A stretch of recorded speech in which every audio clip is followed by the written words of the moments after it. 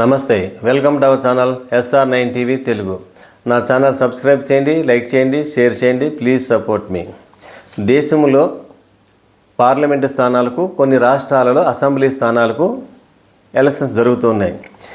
ప్రధానంగా ఈ ఎలక్షన్స్లో ప్రధానమైన పార్టీలు రెండు కూటములుగా విడిపోయి, దేశంలో ఉన్నటువంటి మెజారిటీ పార్టీలు రెండు కూటములుగా విడిపోయి ఈ ఎన్నికల రణరంగంలో పోరాటం చేస్తున్నాయి. ప్రధానంగా బీజేపీ నాయకత్వంలోని ఎన్డీఏ కూటమి, కాంగ్రెస్ పార్టీ నాయకత్వంలోని ఇండియా కూటమి, ఈ రెండు కూటముల మధ్య ఎలక్షన్స్ పోరాటం జరుగుతుంది.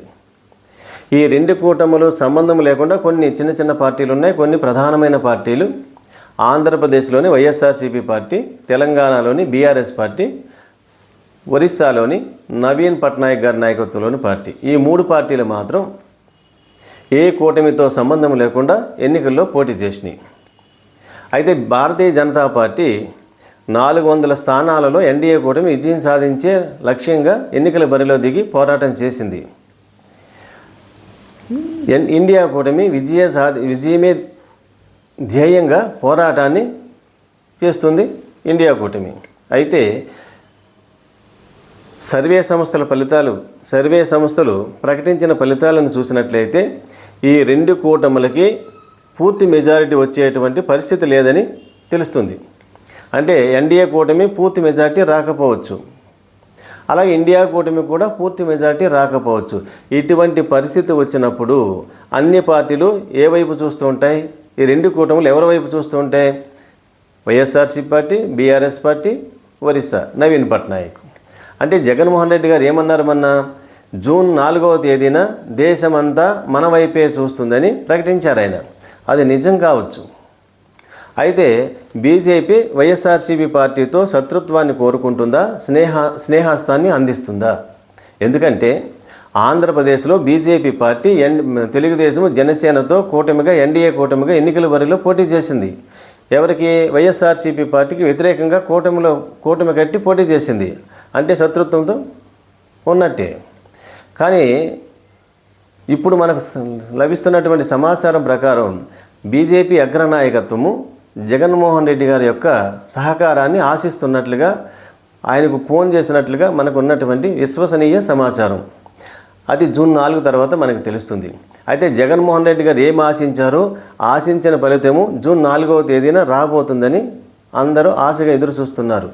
ఎందుకంటే 2019లో జగన్మోహన్ రెడ్డి గారు విజయం సాధించిన తర్వాత దేశ ప్రధానమంత్రి మోడీ గారిని కలిసి బయటకు వచ్చి మీడియా పాయింట్తో మాట్లాడుతూ, భారతీయ జనతా పార్టీకి పూర్తి మెజారిటీ వచ్చింది కాబట్టి మనం ఏమీ డిమాండ్ చేసి మన రాష్ట్ర అవసరాలను తీర్చుకోలేమన్నారు.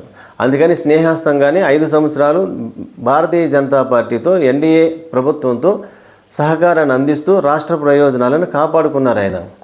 అంటే ఆంధ్రప్రదేశ్ యొక్క రాష్ట్ర అవసరాలు తీరాలంటే ఎన్డీఏ కూటమికి జూన్ 4వ తేదీన పూర్తి మెజారిటీ రాని పక్షంలో ఆయన ఏం ఆశించారో, ఏమి కోరుకున్నారో, ఆంధ్ర రాష్ట్ర ప్రయోజనాలను కాపాడటానికి, హక్కులను సాధించడానికి అవసరము వస్తుంది. ఎప్పుడు వస్తుంది?